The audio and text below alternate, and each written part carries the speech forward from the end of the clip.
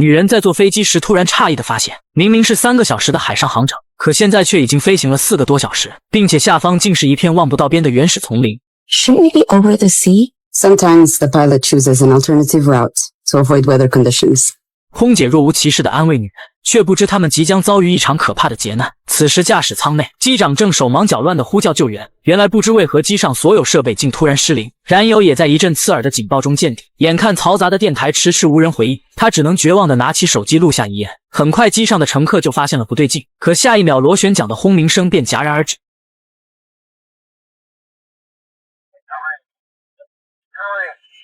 随即彻底熄火的飞机便不受控制地俯冲而下，惊恐的众人只能死死抓住座椅不停祈祷。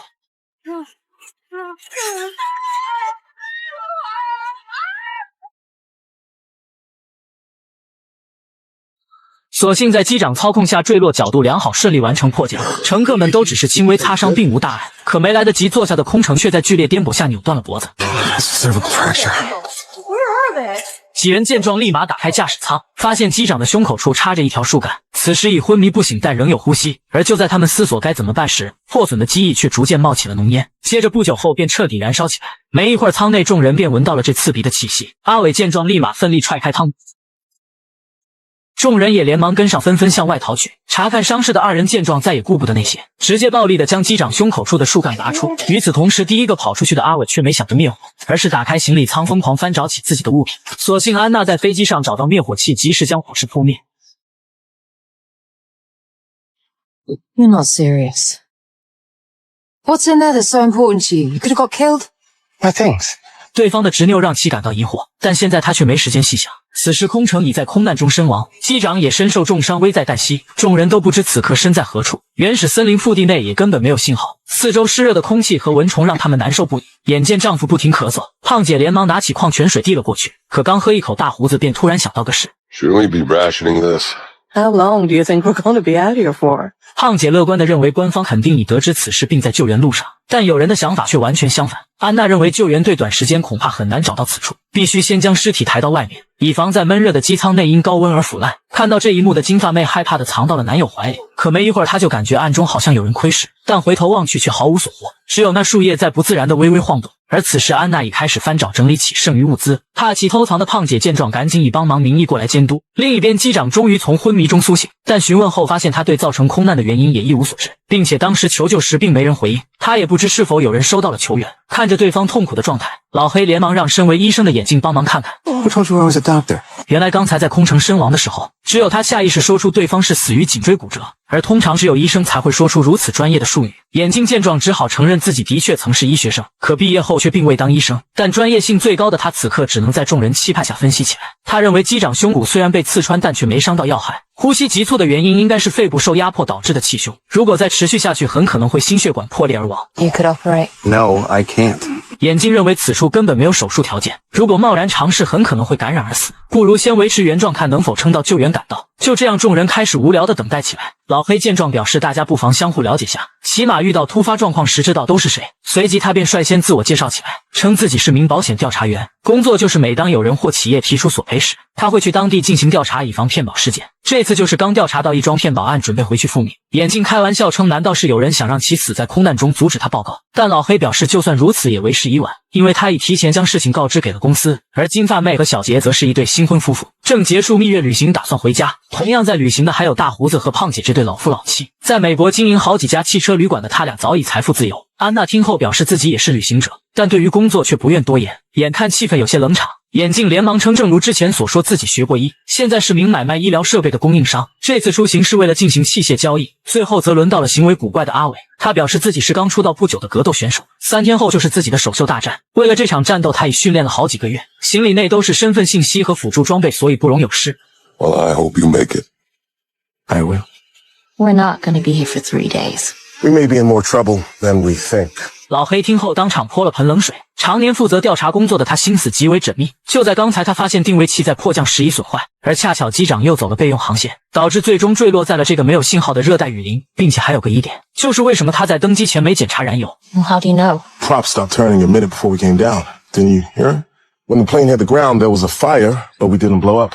We were lucky in the way that the tanks were empty. 众人听后纷纷点头，但此刻疑点重重的机长意识模糊，无法开口。老黑再次提议让眼镜给对方手术，这样就能从机长口中了解事情真相。眼镜听后立马再次拒绝，众人见状只能按下心中疑惑，继续等待。他们按份额合理将晚餐分配。这时安娜猛地想到能否爬到山顶尝试接收信号，老黑表示望山跑司马，但如果没办法的话也只能一试。大胡子听后表示自己够呛，只因他患有心脏病，更紧迫的是药量只够维持6天。就在此时，机长的咳嗽声再次传来，金发妹见状再也忍不住，大声呵斥他们冷血后走过去帮忙。眼见众人再次看向自己，受不了的眼睛也不再坚持，表示就算自己想帮也没有手术刀。可大胡子听后却直接拿出把匕首，也不知他是怎么带上飞机的，但当务之急是先完成手术。眼镜先用酒给手消毒，接着将皮带塞入机长的嘴中，以防他受不了疼痛咬到舌头，随即抄起烧过的匕首一下扎入其体内。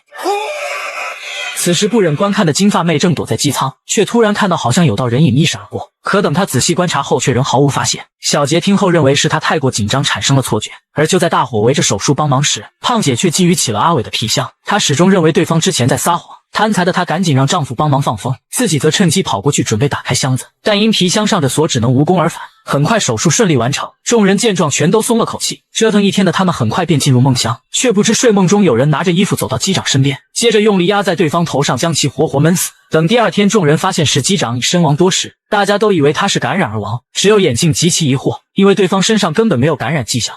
虽然此时已经有2人身亡，但以为全是意外，让他们还没造成恐慌。老黑和眼镜赶紧先将机长的尸体搬到远处，以免湿热的空气将其给晒烂。可搬运时却没看到机长电话不小心掉落在地，眼见四下无人注意，小杰连忙起身走过去捡起藏了起来。金发妹好奇男友为什么要拿这东西，对方听后随便找个借口敷衍了过去，接着拿纸朝森林走去，谎称去上厕所，随即趁无人注意偷偷拿走了匕首。此时老黑2人已将尸体放在了一起，一番折腾加上闷热让他俩气喘吁吁，疯狂灌水的2人怀疑再这么下去物资还能否撑住。而他俩不知道的是，就在其走后不久，小杰就悄悄找了过来，接着用匕首用力割下了机长的手指，然后迅速跑到角落，用断指解锁了手机。原来他是想转走机长的存款，可转账需要指纹和密码双重确认，这让小杰的努力全部白费。沮丧的他只能赶紧扔掉断指返回人群。此时安娜正整理着行李，而一个长方形的物品让他感到奇怪。大胡子见状连忙上前认领。 What is it? Sports equipment. 安娜听后也不再多问，而在确认里面东西完好无损后，胖姐终于放松，这才神情严肃地告诉丈夫机长是被谋杀的。她白天发现尸体脸色铁青，眼不充血，那死状跟之前被掐死的邻居一模一样。胖姐笃定凶手必在这些人之中，可正说着，她就听到身后树林里有动静，但回头望去却毫无发现。害怕有人偷听的她连忙闭嘴不再多言。另一边收拾完的安娜随意找个角落坐下，可闲聊时却无意中发现金发妹的状态有些奇怪。 So you're on honeymoon. Who told you that? You did. Don't you remember? Yeah. 金发妹连忙称这2天发生了太多的事。与此同时，剩余人正用力拆下飞机上的信号器。阿伟检查后发现它仍能运行，只需重新接好天线，再爬到地势高的地方，便有可能再次接收到信号。而恰巧他小时候学习过电气维修。众人研究后打算太阳落山就尝试一番，可胖姐夫妇却表示2人要留守营地，理由是怕为数不多的物资被人偷走。本来大家都对他俩偷懒的说辞嗤之以鼻，但等待途中，金发妹却突然看到惊悚一幕，只见树林深处正有道人影在暗中窥视。而一扭头的功夫，那人影就已消失不见。与此同时，一同消失的还有大胡子的药。胖姐听后连忙慌张的起身寻找起来。另一边，安娜再次清点后发现，物资比早上时又少了许多，很明显是有人不守规矩偷拿了。老黑听后立马将冰箱门用电线缠死，决定等第2天分配物资时再打开。 Won't hold them off very long, but Them? Could be me. You're stuck with a bunch of strangers. So what makes me the one you want to trust? instinct.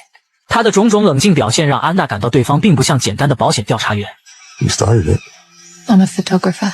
原来安娜是名战地记者，太多流离失所让其对自身工作感到厌恶。很快时间就在2人谈心中来到太阳落山，众人连忙启程向山顶进发。途中有人发现了颜色艳丽的蘑菇，经验丰富的安娜一眼便认出这是名为毁灭天使的毒蘑菇。另一边大胡子2人并未安心留守营地，而是拿起那个神秘箱子离开了此处。此时毫无所知的众人仍在继续前行。没一会儿，小杰就发现了一汪水潭，他见状连忙呼喊起来，随即不等同伴赶到就急忙脱下鞋袜。进水不足的他已迫不及待地想扎进其中畅游，所幸此时大伙及时赶到阻止了下来。这种水下洞穴实际上一般都深达数公里，任何生物都有可能在其中寄居。说罢，老黑就将小杰的鞋子扔了下去，而还没等他发话，下一秒飘在水面的鞋子便被什么东西拽入水中。很明显，幽暗的水下存在某种可怕的食人鱼。可就在讨论该如何取水时，营地方向就传来一声猛烈的枪响，众人见状连忙跑了回去，而很快便又有一道枪声传了过来。原来是大胡子二人在进行狩猎，那神秘箱子内竟是把步枪，他想趁众人离去时打些食物回来，没想到此举却引起同伴误会。天色渐暗，让他们无法夜间爬山，只能先回到营地找了些工具，在不靠近岸边的情况下顺利取到了潭水，接着再用蒸馏法成功分离提纯出干净水源，这样他们新的一天也算没白忙活，并且晚上众人还新奇的吃到了猴肉。想到大胡子的步枪引发的误会，众人强烈要求阿伟必须打开行李接受检查。没办法，他只能摘下脖子上的钥匙打开箱子，没想到里面竟真如其所说只是个面具。阿伟表示自己就是打算戴这个信仰面具登场。大伙见状这才松了口气。很快时间再次来到深夜，这一夜并未发生什么意外，只有大胡子感觉身体有些难受，他以为是今天没吃药造成的。而所有人都没注意到的是，有个神秘人偷偷从角落里拿出个卫星电话，随即另一头便有个女人慌张地接了起来。很显然二人有什么不可告人的秘密。很快时间来到第3天的清晨，众人被一阵略带哭腔的呼救声惊醒，只见大胡子正无意识地口吐白沫，眼镜检查后发现是食物中毒的迹象，他连忙让人去拿点盐泡水。可这时金发妹才发现冰箱已被锁上，而就耽误一会儿的功夫，大胡子便没了呼吸。眼镜见状连忙进行心肺复苏，但折腾半天还是没能将对方抢救过来。 Somebody wired up the storage compartment. It doesn't matter. It wouldn't have helped. 众人以为大胡子是倒霉的食物中毒，但胖姐却表示这就是场谋杀，称肯定是有人在丈夫的餐食中投放了毒药。众人听后立马想到了昨天的毒蘑菇，但他们对胖姐如此笃定的说辞还是抱有怀疑。胖姐见状也不再隐瞒，立马将之前机长的推测讲了出来，并表示此时物资已然不多，剩下的人越少，对方的生存几率就越大。大家都被他的分析搞得人心惶惶，而他们没注意到的是，听到这的阿伟却悄悄溜进了丛林。毫不知情的众人此时仍在分析。安娜回忆起昨晚大胡子的餐食是金发妹递给她的，但此举也仅仅只是嫌疑最大，并不代表对方一定就是凶手。思索不出什么的二人也不再多想，直接撬开冰箱打算分配今天的物资，却发现里面的食物竟凭空消失。另一边小杰也不停翻看着机长电话，很快他就看到个令人毛骨悚然的线索，正是在坠机前对方给女友录下的遗言。只听机长称，就算能成功迫降，他也不会让我们存活下来，而万里之外的女友恐怕也有危险，让其赶紧逃跑并躲藏好。这个视频也终于印证了之前的猜想，就是有人故意想让他们迫降在这片原始丛林当中，而知晓内情的机长则被凶手第一个解决掉。他这么做的目的是什么？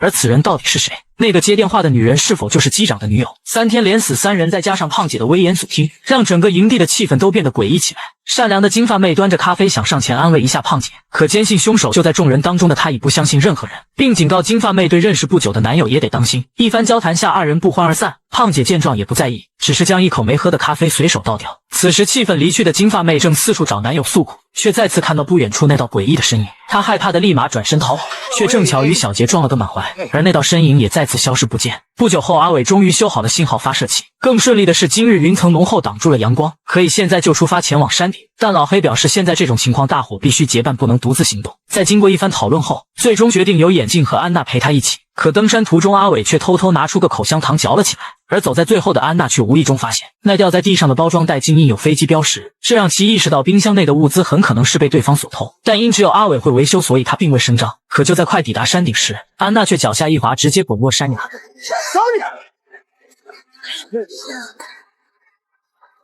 所幸身后的眼镜及时抓住了他，但以他的力气不但无法将其拽上来，反而自身也被拖着逐渐向下滑去。阿伟见状也赶紧上前帮忙，可就在慢慢稳住形势准备将人拉上来时，安娜却突然想起挂在一旁的信号发射器，如果没有他就算脱险也只是狗。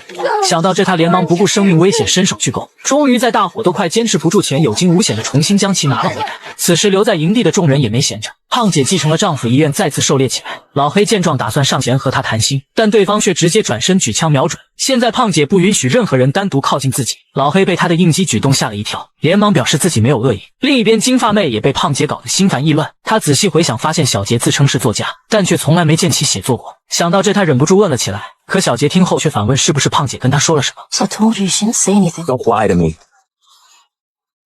What did she say? 从没见过对方如此让金发妹感到害怕，连忙将胖姐的言论告诉了她。 Why did you listen to her, huh? You're hurting me. What? 这时小杰也意识到自己有些失态，连忙解释并不是故意的，只不过是对方富裕的家庭让自己一直倍感压力。但被吓到的金发妹只感觉一阵头疼，连忙让男友帮忙把药拿来。而等待中，她突然看到小杰的外套，想到对方今天的过激行为，金发妹赶紧掏出钱包进行检查，没想到竟真在其中发现了古怪，那是小杰各种不同身份的名片。与此同时，攀登队伍终于抵达山顶。坏消息是手机依旧没有信号，好消息是信号发射器成功搭建起来。只见阿伟随手拿出嘴里的口香糖，充当胶布把连接处紧紧固定住。安娜见状进行了夸赞，但还是没忍住顺道暗讽了一句 Lucky you had that gum. 阿伟听后若有所思。很快三人在天黑前顺利回到了营地。此时金发妹仍躲在角落痛苦的思索着，却突然感觉身后好像有什么动静。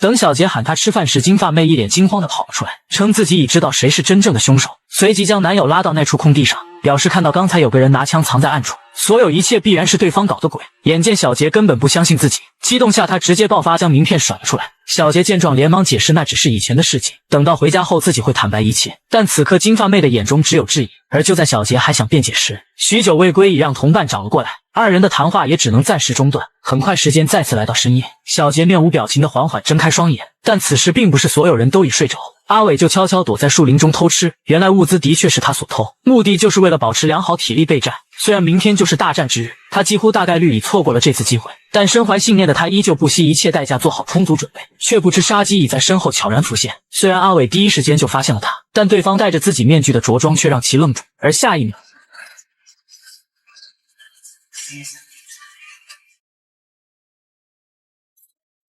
很快毫无防备的阿伟就惨死当场。故事依旧秉承着一天死一人的节奏，毫不知情的众人只是发现阿伟失踪了，敏感的胖姐立马称对方可能已经遇害。这一言论瞬间让众人惊慌起来，眼看恐惧氛围再次开始在营地蔓延，安娜也不再隐瞒，直接揭穿了阿伟，并表示她可能意识到事情败露，所以跑了。但这也仅仅只是安娜的猜测，众人还是两人一组分头寻找起来，但将附近搜遍也没找到对方踪迹。老黑分析，如果阿伟真遭遇不测，那肯定是这架飞机有古怪，所以凶手才想把所有人都灭口。说罢就开始在舱内四处破坏寻找线索，但弄了半天也没发现任何可疑之处。安娜分析老黑是否太过敏感，阿伟可能只是带着物资前往山顶等待救援去了。他决定和眼镜再次登山一探究竟，却不知此时信号发射器早已被人为破坏。仍在攀爬的眼镜在休息聊天时，称安娜最近和老黑走得很近，提醒他最好不要相信任何人。 And you think I should trust you? Sonia, you nearly fell off a cliff. If I wanted to hurt you, I could have just let you go. 安娜听后刚准备反驳，却突然看到不远处的下方有一群乌鸦在天空不停盘旋，想到什么的二人连忙找了过去，终于发现了阿伟的死亡地点。与此同时，休息的老黑悠悠转醒，趁众人午休时鬼鬼祟祟地走进了树林，却不知警惕的胖姐始终在假寐，他连忙偷偷跟上去观察起对方动向。而不久后，金发妹也被一阵呼唤惊醒，发现那道诡异身影又在暗处窥视，再也受不了的他立马从火堆里捡起个尖锐木条，接着凶狠地找了过去，打算独自解决对方。可就在扎上去的瞬间，此人却变成了小杰。众人这才得知金发妹小时候遇见过校园枪击，那次事件始终在其脑海中挥散不去，一旦遭受重大刺激便会出现幻觉。大伙分析之前几人可能就是因此被其干掉，但此时安娜却发现了藏在此处的物资，她立马意识到凶手必然不是金发妹，只因阿伟偷藏物资远离了营地，所以凶手动手时肆无忌惮，但前几人却伪造成了意外身亡的假象，这绝不是出现幻觉的病发之人所能做到的。 So if not her, then who? It's not just a question of who. It's why.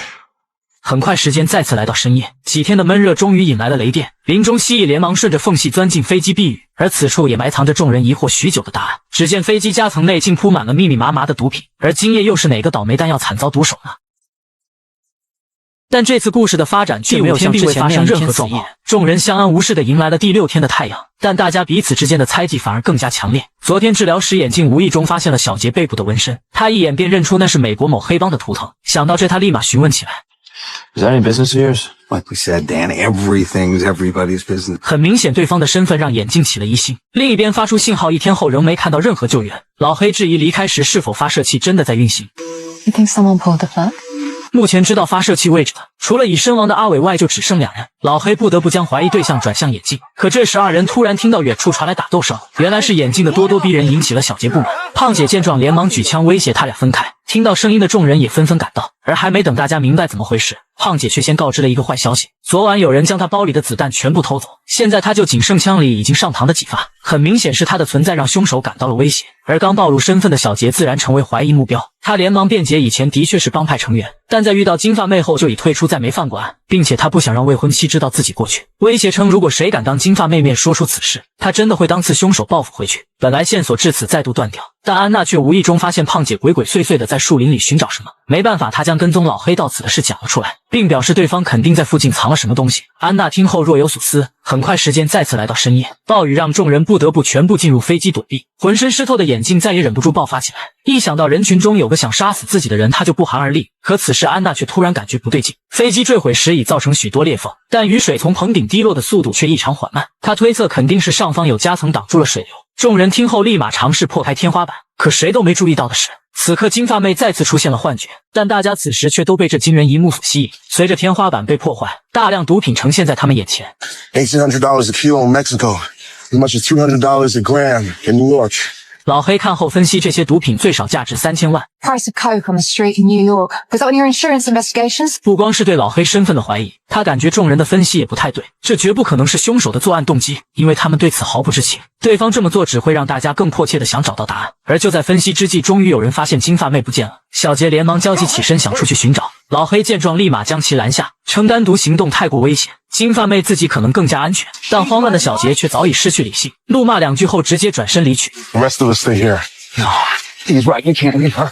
他没想到与对方不和的眼镜如此积极，没办法，大家只能全部行动起来。他们分头在雨中大喊着寻找。此时金发妹正被之前的黑影所吸引，可闪电一照却发现此人实际上正是凶手。所幸就在他准备动手时，胖姐及时举着枪找到了这里，她连忙让金发妹回去叫人，自己则盯在此处防止对方逃跑。在其威胁下，凶手只能把刀丢掉，可下一秒闪电一晃，对方却消失不见。胖姐见状连忙紧张地四下寻找，但最终还是被对方从背后偷袭得手。没一会儿，他便呼吸困难起来。胖姐奋力的想摘下面具看个仔细，但临死也没能如愿，还是当了个糊涂。而就在凶手想将枪拿走时，叫喊声的迅速接近让他只能放弃。折腾一夜后，终于雨过天晴，死亡人数过半，将凶手范围再次缩小。此刻小杰和眼镜已没心思找凶手，都想将那支枪拿在手中，保证自身安全。老黑见状连忙上前阻止，称现在内讧只会让凶手更加高兴。可安娜却突然让老黑别装了，随即便从兜里掏出一把子弹。原来他自己之后又偷偷回到胖姐所说的跟踪位置，不但找到子弹，还发现了另一把枪，并且还在一旁找到个卫星电话，但打开它需要一个5位数的解锁密码。老黑见状连忙表示手枪的确是自己的，但卫星电话却从来没见过，随即解释自己是联邦航空管理局 FAA 的成员，这次就是负责秘密调查飞机运毒案件。 Come on, think it through, Sonia. If I wanted to hurt you, I could have shot every one of you one after another, and there would have been nothing you could have done. I took the bullets and I hid them in a pit along with my wallet, gun, and ID. After Carlos was killed, it was clear that one of you was a psychopathic maniac. So I didn't think it was a good idea having a rifle and live ammunition lying around. But I didn't drop any of them. Did you also get my wallet? My ID's inside. 众人听后连忙打开钱包进行检查，却发现里面根本没有任何能证明身份的证件。老黑见状立马反应过来，肯定是凶手也发现了此处，所以将证件拿走并放置了卫星电话，目的就是为了栽赃嫁祸。可接连的谎言已让众人不再相信，暴躁的小杰直接几枪托将其打倒。眼镜见状连忙阻止起来。 Well, if you've killed him, boy genius, how do we get the code? 而眼下更迫在眉睫的是，胖姐的死让众人的食物再次枯竭，他们必须想办法重新狩猎获取物资。金发妹表示自己可以试试，她年轻时经常跟家人进行野外射击。 You never told me that. You never asked. 与此同时，被绑起来的老黑还尝试着想说服最有理智的安娜，称有前科的小杰现在手里有枪，而眼镜昨晚是第一个跑出飞机的，从时间上看他的作案时间最充裕。可这次安娜却不为所动。 I have a gun now, too. You're asking me to trust you. Why did you never trust me? I couldn't. 没办法，老黑只能搬出别的证据。原来安娜男友就是吸毒过量而死，而他又有过购买和交易的记录，所以此次安娜也在自己调查之中。 You pretended to care about me. Was that just more of your lies? Sorry. I really am. 再次知道被骗，让安娜更不敢相信他。 We need to know the code that opens the satellite phone. I told you. I don't know it. Then I can't help you. 眼见对方死活不说，小杰直接表示得用暴力手段逼其开口，但仍有疑虑的安娜称还没去检查信号发射器。最终大家决定双管齐下，抽到短签之人留下刑讯逼供，其余人则登山查看信号发射器。最终眼镜倒霉的抽中了短签。 Okay. Is somebody gonna leave me a gun? You're on your own, Kevin. You're safe. 没办法，他只能用拳头进行尝试。老黑果然紧咬牙关，毫不松口。而众人不知道的是，此时得知飞机失踪的 FAA 成员已经行动，二人找到了这家小型航空公司的主管。没想到此人正是之前接通卫星电话的飞行员女友。他们调查到飞行员以前就有过因吸毒而被停飞的情况，为什么还要再次对他启用？ And yes, we gave him a second chance because he was totally reliable. 面对质问，丽莎的回答合情合理，被敷衍的二人最终只能无功而返。另一边，同样毫无所获的眼镜只能使出杀招，用剪刀一下将老黑的脚趾甲拔掉。可他的行为注定没有结果。而此时，其余三人已再次来到山顶，这才看到发射器早已不再工作，所幸凶手只是将接头拔掉。安娜见状，重新将其插好。这次 FA 很快就收到了信号，但因信号模糊，只能精确到坐标半径50公里内。这对被树木覆盖的热带丛林来说，依旧是片庞大的区域。墨西哥军方已在丛林外围搭建了哨所进行全面接管，而因为此次老黑是秘密行动，他们已不好再过多插手此事。长官表示安心等待救援即可。可马姐听后却焦急不已，只因她和老黑是夫妻，她决定擅自行动前去营救丈夫。但此刻恐怕已为时已晚，有人拿着尖刀悄悄朝老黑靠近。原来此人正是安娜。老黑还以为对方就是那个凶手，但其实白天他就已经相信了老黑的话，此刻就是为了再次验证一番。 If I was the killer, I could have shot every one of you before you had any idea what was going on. The first night. No need for knives, or suffocation, or poison mushrooms. Whoever's doing this didn't come prepared. They weren't armed. Except now they could be. 思虑过后，安娜决定放了老黑，但同时也警告他赶紧去山顶等待救援。如果再次出现在营地附近，就默认他是凶手，并直接开枪射击。但很快，第二天大家就发现了老黑逃跑，而被割断的绳子更证明是有人放了他。这瞬间让营地气氛再次紧张起来。小杰见状，再也不肯相信任何人，直接拿枪带着金发妹离开了此地。而仅剩的眼镜也不肯再和安娜待在一起，因为他昨晚看到是安娜放跑了老黑。You covered. I think he was telling the truth. 苍白的解释让眼镜气愤不已，也立马转身离开了持枪的安娜。这下本就人数不多的幸存者们彻底全部落单。小杰安慰女友称救援马上就到，而事实上也确实如他所料。墨西哥军方派出的搜救部队此刻已经出发，可他俩最终却没能坚持到救援赶来。只见二人后背的衣衫已被鲜血浸满。最先发现的安娜连忙四下张望，下一秒就看到老黑从树林里钻了出来。You. Why are you here? I told you what I'd do if I saw you again. Get away from me. I didn't do this. Then who did? 而没一会儿，眼镜也赶到了此处。他见状，立马第一时间捡起地上的枪。眼镜认为是他俩杀了小杰二人，要不然为何昨晚要放老黑离去？ I was working with Zach. Why would I hand him over to you? I found his hiding place. I took his gun. This direction, you guys are pros. 眼看这样下去就要擦枪走火，老黑连忙劝说让他俩先放下枪，没想到此举却直接让枪口对准了自己。No!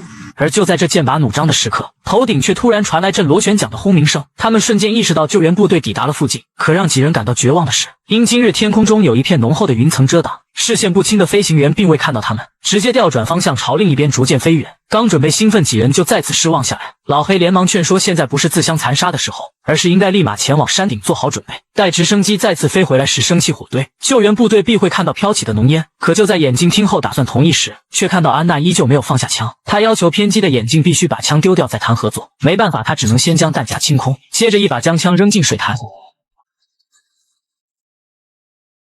安娜表示现在大家一起前往山顶，但眼镜听后却还是不同意，只因途中要经过一片陡峭的悬崖，他不敢保证凶手会不会在此动手，但可以让二人先走在前面，自己则跟在身后几百米距离的位置。就算安娜用武力逼迫，也要坚持这么做。没办法，他俩只能先行上路。与此同时，独自行动的马姐在刚入境落地就被官方按住，他们不允许美国组织再插手此事，以免借此有什么秘密渗透行动，这让她只能坐在办公室干着急。而此时她老公的状态并不好，脚趾受伤让老黑举步维艰，陡峭的山路让她只能走走停停。而就在此时，身后突然传来一声枪响，可眼镜身上明明已经没有枪了。想到这，二人连忙反身朝声源处找去，只见眼镜竟背部中枪的倒在地上，因其倒下时头部扎进水潭内，此刻脸部已被水中食人鱼啃食殆尽了。安娜思索后认为金发妹是对的，她看到的丛林鬼影其实并非幻觉，而是真的有第11人在暗中残害大家。但现在不是讨论此事的时候，这么一耽搁的功夫，太阳就已落山，无法登顶的二人只能再次躲回机舱，用绳子将舱门牢牢固定。这样虽无法阻挡凶手的追杀，但起码对方想进来就必然会弄出声音。可准备休息的老黑却没注意到，假寐的安娜根本就是在装睡。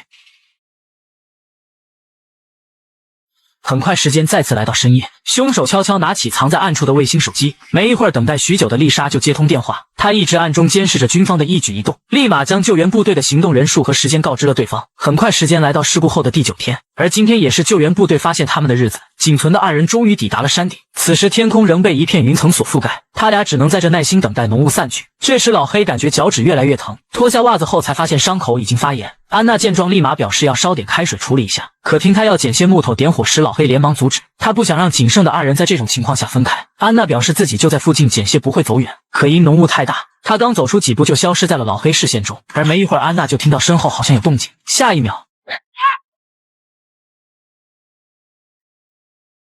听到惨叫的老黑连忙大声呼喊，但迎接他的只有漆黑的枪口。老黑见状也想藏进浓雾中，可倒霉的是身后就是一片悬崖。绝望下他只能发出心中的疑问，如果真的是为了那批毒品，对方为什么要杀了他们所有人？但最终老黑也没能得到答案。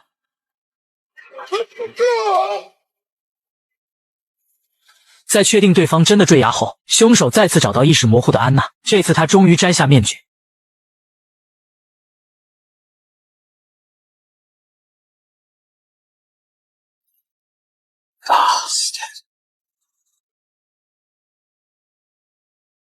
此时时间已来到第9天的中午，升起的太阳迅速将浓雾驱散，盘旋的救援部队也顺利看到了信号发射器，但此时山顶静悄悄的空无一人。索性以此为圆心，在附近仔细搜索后，终于找到了坠毁在山崖下的飞机残骸，随即便发现了整整齐齐码放在此处的9具尸体。但将所有东西带回去整理后，才发现竟有10本护照，并且简单查看后发现所有人都是死于他杀。军方怀疑凶手现在可能还潜藏在原始丛林内，立马再次派遣部队前去仔细搜查起第10人的踪迹，同时为了谨慎起见，还邀请专业法医前来解剖。可殊不知他们的通话早已被不远处窥视的丽莎监听，他直接在来的路上假装车子坏掉将对方拦下，随即趁其不备瞬间动手将法医干掉。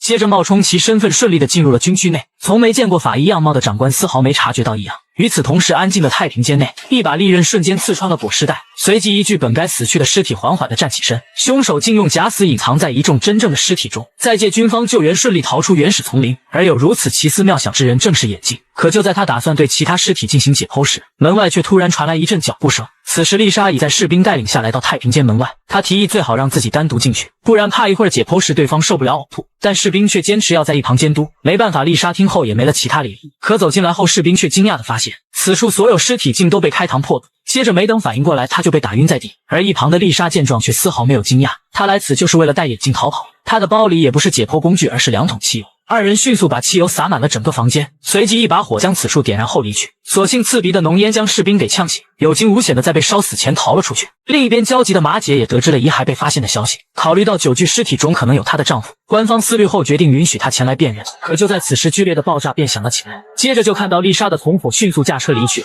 所有人的注意力都被对方所吸引，根本不知道眼镜2人早已暗中逃脱。而因为士兵是被人从背后打倒，他也只知道凶手就是9具尸体中的1具，但此时其余8具尸体已被全部烧毁，根本无人知晓凶手到底是谁。有小伙伴问，这怎么还少具尸体？没错，因为老黑是坠崖，所以眼镜未能找到，但他却不知对方其实并未身亡。茂密的树枝作为缓冲，让老黑成功幸存，可因体积太小，救援部队搜索半天也没看到。眼看直升机就要再次飞走，老黑连忙拿出身上墨镜对准太阳，在阳光折射下，士兵终于发现了他的身影。很快时间来到第10天，被救下的老黑顺利取出体内子弹，脱离了生命危险。而从他口中，官方也终于知晓了来龙去脉。虽然老黑也不确定凶手究竟是谁，但他此时心中已有了答案。不知道他还活着的凶手必然已经放松戒备，现在只需顺着所有人的相关住址一一找过去，最后肯定能找到真正的凶手。并且他第一个怀疑目标就是眼镜，因为其余人都是老黑亲眼看着死亡的，只有发现眼镜时尸体脸部被食人鱼破坏的面目全非。他怀疑对方让其他体型相似的尸体穿上了自己衣服，这样就可以造成死亡假象。而必须将所有人灭口的原因是，就算救援部队赶到将人救出，可那些毒品却不能当众带走，之后军方肯定会在整理残骸时找到并收缴。而事情也果真如他所料，眼镜之所以将尸体全部摆放整齐，是因为他将毒品藏到了尸体内，为了不让救援部队有所遗漏才必须如此。 No one noticed. You had a heartbeat. You were breathing. See, I already figured that part out. 原来身为医学生的眼镜知道大胡子的心脏病药如果大量服用的话会造成心脏骤停，所以其实他也冒了很大生命危险。如果不是飞行员的愚蠢操作导致坠机，他也不会冒如此大的风险实施这个计划。而正说着，丽莎就感觉自己有些喘不过气。 Might have been the omelet.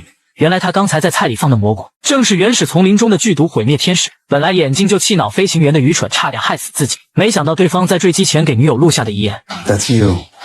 You know. 眼镜这才知道对方还给自己戴了绿帽子，奸夫已经被他在丛林里第一个干掉。而现在则轮到淫妇了。很快丽莎就在不停抽搐下没了呼吸，接着她让剩余的那个同伙带着毒品先行撤离，但实际上对方拿的只是假的，为的就是吸引所有人的注意，实则真正的毒品早已被其藏了起来。可就在眼镜打算驾驶飞机准备逃跑时，大队人马还是找到了此处。相互遥望的眼镜和老黑瞬间便认出了彼此，眼镜见状连忙迅速升空离去，差一步的老黑疯狂开枪射击，却根本无济于事，只能眼睁睁看着对方逃离了此地。很快眼镜就再度飞跃到那片原始丛林的上空，可就在此时飞机却发出一阵刺耳的警报，他这才发现油箱竟倒霉的再次见底，原来刚才老黑其中一枪竟恰巧打漏了油箱，下一秒引擎的轰鸣声就戛然而止，而这次他除了飞机上仅有的毒品外，再也无法像上次那样有任何其他帮助。